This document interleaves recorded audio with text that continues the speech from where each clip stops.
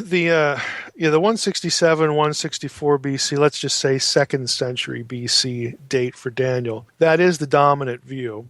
Most people who hold that view, it's fair to say, would be, theologically liberal. And when I use the L word there, I'm referring to people who would not put any stock in something like predictive prophecy. There are evangelicals who do put stock in predictive prophecy that take the late view, again, the 2nd century BC view. My personal position is I don't really care, and I'll try to unravel why, and then tell the questioner sort of where I'm at. Broadly speaking, I don't really care because the events of the book, okay, when you read the book, the events of the book as the book is written are situated in the 6th century BC, and nobody doubts that. I mean, that's the setting of the book. But that doesn't mean that that's when the book was written.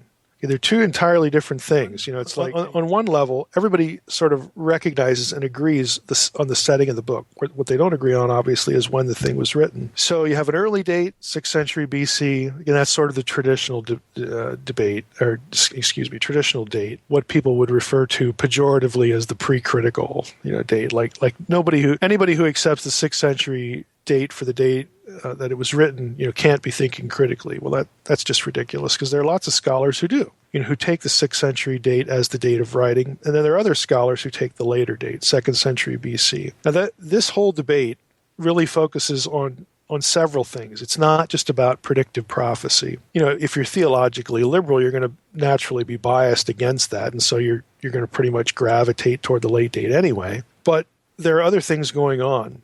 There are linguistic issues in the book. For instance, in the Aramaic of the book, you will get features, either vocabulary, grammatical points, syntactical points, that are typical of late Aramaic, later Aramaic than Imperial Aramaic. Imperial Aramaic would be the period in which the book is set. So you would think if the book was written in that period, in the period in which the events are set, that the Aramaic used would conform to Imperial Aramaic that is known from lots of other material outside the Aramaic portions of the Bible. But that isn't always the case, and in fact, in some cases, it's clearly not. You have late Aramaic features in the book, and so the question arises: well, how did they get there? Does that mean that the book was written later? Because if it was written later, somebody could very easily use Old Aramaic because that existed already. You would just sort of look up how to your vocab choice, how would an old Aramaic writer put this, and then you put that into your book, and it makes it look,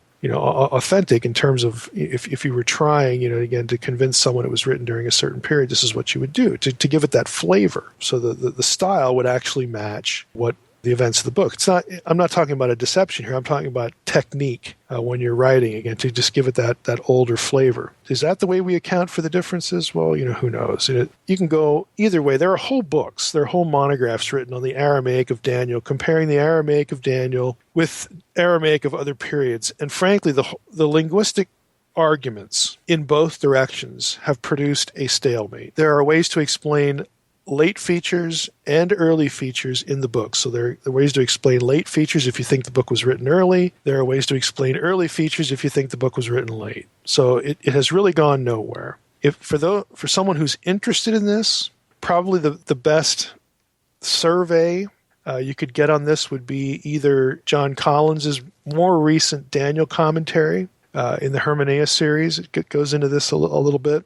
Delbert Hiller's in the Anchor. I think it's in the Anchor. No, that's a journal article. Hillers, who was a professor for a number of years at Johns Hopkins, actually wrote a good bit in defense of the Aramaic of the book being situatable in the early date. So I don't know that he actually took the early date, but he has a lot of good work there showing that, hey, the Aramaic itself doesn't invalidate the idea of an early composition. So you get defenses on both sides, but in my judgment, the whole thing's a stalemate. Another issue is apocalyptic genre.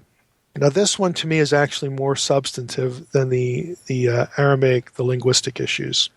Apocalyptic literature is a known genre and a widely known genre. Now, try to follow what I'm going to say here, because I'm going to try to say this well. If I may goof it up, who knows? We're just winging it here. But apocalyptic genre has to do with, as you would think, as you would suspect, the end times, the end of the world, the end of all things.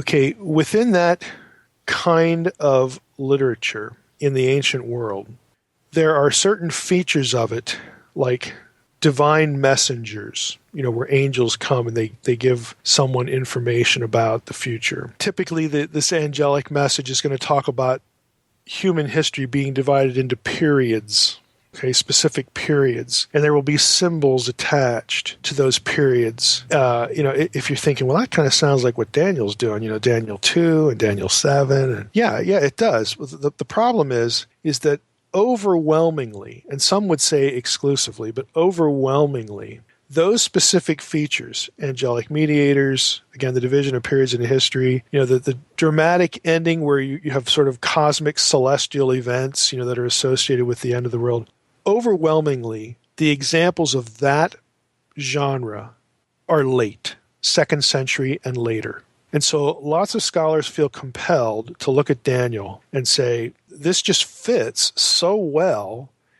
in the 2nd century BC or later that it's sort of a no-brainer. This is where it belongs. This is where it should go. And you have other apocalyptic literature is from that period that really builds off Daniel, parallels Daniel in significant ways. That actually introduces a little mini debate. Well, if Daniel was written at the same time with this other person who wrote this other book, would they have had access to Daniel? If it was written early, they certainly would have access to Daniel. But if they're sort of contemporaries, would one guy really, have access to this material so that they could sort of sound alike and look alike, and he could borrow from Daniel? And how would that work? If they only lived like 5-10 years apart from each other, how would that work? Whereas if it was much older, you go to the Library of Alexandria, you're probably going to be able to pull out the Daniel scroll there. I mean, you could access the material a little more easily. At least it seems to make more sense. But in terms of the genre, overwhelmingly, the clear examples of this are late. Now, the problem with that is there's a good bit of material in Daniel related to apocalyptic themes that has its roots in Mesopotamian literature. The Mesopotamian literature is a lot older than the 2nd century BC. So then that raises the question, okay, well, how would the writer have had access to this? Because if he's writing in the 2nd century, where would he get that? He could just go to a library, just go to Babylon, just go to Alexandria. There it is. So that explains that. Well, really, does it? Because what it shows, even if you could make that argument, it shows that the kind of ideas that go into that genre predated the 2nd century BC. And so, in theory at least, it's very possible that the book could have been composed earlier than the 2nd century BC. And again, there are whole books written on this, too. So I view the whole Daniel issue as, again, something of a stalemate. Now, before I sort of land somewhere here, this notion of, well, if it's the early date, if it's the later date, then it's problematic because how could Jesus call Daniel a prophet? And what about Daniel knowing the period well? Well, frankly, lots of people, even conservative evangelicals, have problems with the way Daniel knows the period. And the crux of the matter is Daniel 11. Because if you're a 2nd century dater, everything that Daniel's writing, you acknowledge openly. He's just on the button. Okay, when you get to Daniel 11, it's like, well, he's living at right here at this time, and he screws this up. It just doesn't fit. And they're right. The stuff in Daniel 11 doesn't conform to the stuff that's happening in the 2nd century. And so the critic, who takes the later date and who has no time for predictive prophecy, would say something like, Daniel just messed up here. He did a good job, but he messed up. Well, for someone, again, who has a higher view of Scripture than that, what do evangelicals typically, and most of these are going to take the early date, what do they do with it? You get to Daniel 11. They're going to say, well, Daniel's prophecy quits tracking on the events intertestamentally and projects into the future period of an antichrist. Now, I'm not saying that's an escape valve, but it sort of is. And I'm not saying it's not legitimate, because there are things in Daniel 11 that do point to the future, namely Jesus, who lives later than the 2nd century BC, quotes Daniel and says, hey, this abomination of desolation thing and some of this other stuff, this is still yet to happen. So it has to point beyond the 2nd century, but evangelicals sort of get off the hook by saying, well, that right here at Daniel 11, verse 30, now we jumped into the future. We don't have to worry that what Daniel's written here doesn't conform to the history of the 2nd century, because Daniel's talking about something that's hundreds and thousands of years later. We're off the hook there. A lot of people just don't feel that you should do that. And again, they're going to use that as an argument to argue for a later date. And then they more or less have to say that Daniel messed up. And some of them are quite willing to say that because, again, they don't have any theological predilections against it. But let's back up a little bit. You have Jesus, again, referring to things in Daniel as yet future. That alone, even if it's only Daniel 9, even if it's only one verse, you have the book of Revelation doing it too. So even if it's just Daniel 9, Daniel 11, and a few other things that the book of Revelation alludes to, that alone tells you that there are some portions of Daniel that are yet future. And even if they were fulfilled in the past, there's going to be some mirroring, some second round of fulfillment come later. Even if you take the late date, even if you're an evangelical, and I know some of these, I have friends who have genuine testimonies. They're real believers. They're not like fake believers, okay? They take the late view of Daniel. Even they have to admit that this doesn't rule out predictive prophecy because of what Jesus said, because of what the book of Revelation did. Okay, it doesn't get predictive prophecy off the table for them. They take the 2nd century date because of things like literary genre, that they feel it's just a compelling argument to put Daniel in the 2nd century. But they'll very freely say some of this is still yet future. So I know this is a long, involved question. But here's the thing. If you meet someone who takes a late view of Daniel, do not assume they're a liberal. Okay, you need to ask them. You need to actually ask them where they're at theologically. Do not assume anything, because you're gonna run into evangelicals that put it in that period for different reasons than you're thinking. Because typically what people get exposed to in church is if anybody who doesn't believe in the 6th century date for the composition, they don't believe in prophecy, they're a liberal. Well, maybe. It'd be nice to ask them first because they'll probably tell you, but don't draw that conclusion. Now, again, my opinion here is I think the whole thing is basically argued to a stalemate. I think the best argument for a late date is the genre, but it's not conclusive. And I've tried to explain a little bit why. So I don't really care on one level. I lean to the early date because I don't really see a reason to reject it. I don't see a good reason to reject it. And since I have no problem with predictive prophecy, I'm comfortable there. But, if I woke up tomorrow and somebody discovered something that compels a 2nd century date, oh, well, okay, well, now we know. Because it doesn't take predictive prophecy off the table. I should mention one other thing. This whole notion of prophecy after the fact. That also is a known genre. It's called prophecy ex eventu by scholars, where you will have books, again, books written in the Second Temple period, where you have the writer who elsewhere in the book, it's pretty clear that they're writing at the time, or they're living at the time they're writing. They write certain things and they cast it as predictive prophecy, something predicted earlier but now happening in their time. Okay, again, that's not quite what we see in Daniel, but there are people who again, try to argue for prophecy ex eventu as what's happening in Daniel. But be that as it may, I want to talk about this phenomenon. Here's the way it would work for an evangelical, because again, it is a known genre. So let's just say that tomorrow we wake up and there's something that's discovered that just conclusively says, hey, Daniel was doing this in at least one or two places. Is that a crime? Is that a theological crime? Is it a literary crime? Well, the answer is no, because here's how it works. Here's what would be going on in the person's head. Daniel would be looking around at political events or some other event and say, wow, this stuff that's happening, we're transitioning from one empire to the next. And this is just like what God said would happen, and it's happening now. And so I'm going to write about it, but I'm going to make sure that people know that this was predicted earlier. And so I'm going to write it that way so that people know that, God gets credit for this, for these movements in human history. And so I'm going to write it this way so that they know I'm not, just getting lucky, or I'm not the authority here, but God knew this was going to happen. So I'm going to write it this way, even though I'm living at the time when this stuff is happening right now. Because, I hate to tell you this, but most of the stuff really that's in Daniel is not new. Daniel's not the only one that wrote about the passage of human empires. He's not the only one that wrote about Assyria was going to get their butts kicked, and the Babylonians are going to get their butts kicked, and the Medes and the Persians are going to get their butts kicked. Other prophets write about that are contemporary with or earlier than Daniel. Okay, it's not all new original material, and so it's conceivable, at least in theory. Again, I'm not advocating the position, but I'm just saying it's conceivable that this could happen. This actually does happen in other ways in the Bible. when you have a psalm, for instance, like Psalm, I think it's fair to say Psalm 51 might have some of this in it, where it's a psalm of David, and you have this allusion to David's, personal sin. But at the end of the psalm, the psalmist says something like, Lord, rebuild the walls of Jerusalem, or rebuild the city, or something like that. I mean, I don't have it in front of me, but it's a thing that would be appropriate to say well after the time of David.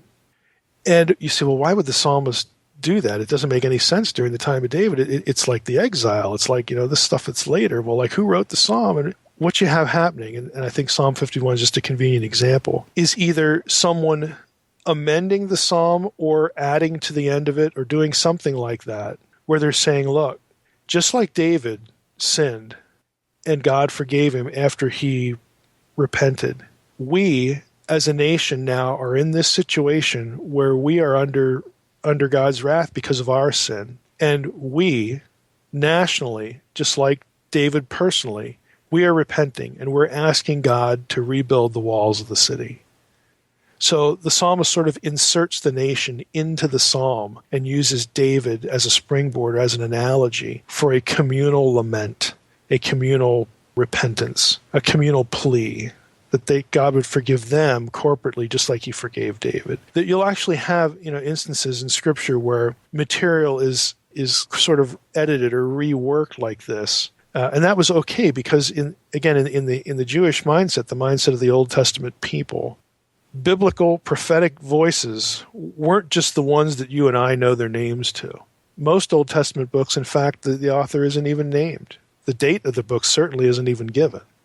Okay, there was this sense that God would raise up people and would continue to raise up people who were prophetic voices, who were his official spokespeople, and they would make sure that not only was the older material preserved, but they would keep adding to the material that eventually the community, the community at large, the people of God at large, would deem sacred, would deem canonical, would deem inspired. You have lots of unnamed people in the process of inspiration. This is why I say inspiration is a process. It is not an event. Again, there are indications of this smattered all throughout the text of deliberate arrangement, deliberate changing this or that so that it conforms now to something else in the canon, okay, where it's the work of not only a grand mind, the mind of God, but of collective minds, the people that God is using. All of this stuff works symbiotically together over the course of time. This is how we got the Bible we got, or we have. Again, these aren't just paranormal zapping events and out spits a book of the Bible. That is not the way it happened. So Daniel, this whole prophetic prophecy after the fact, again, you could have some of that happening in Daniel, which is why I say ultimately I don't really care about the question, but I know why people ask it. They want validity in predictive prophecy. And what I'm saying is evangelicals who take the late date, they know. They understand, because of what Jesus says, because of what the book of Revelation does, that even if you take a 2nd century date for Daniel, predictive prophecy is still on the table. It's not on the table in certain passages, because they could have been after the fact, but they're still inspired. For them, it's not a reason to deny inspiration at all. For the liberal, they don't really need any other reason to deny inspiration other than the fact that they don't believe God acts. They don't need any scholarly justification. That's just what they think. So they're going to naturally gravitate toward the 2nd century date. It's the one that fits best for them. But there are still going to be evangelicals who will take that. So don't assume anything. Ask some questions before you start calling people a liberal before they deserve it. Try not to jump to too many conclusions there.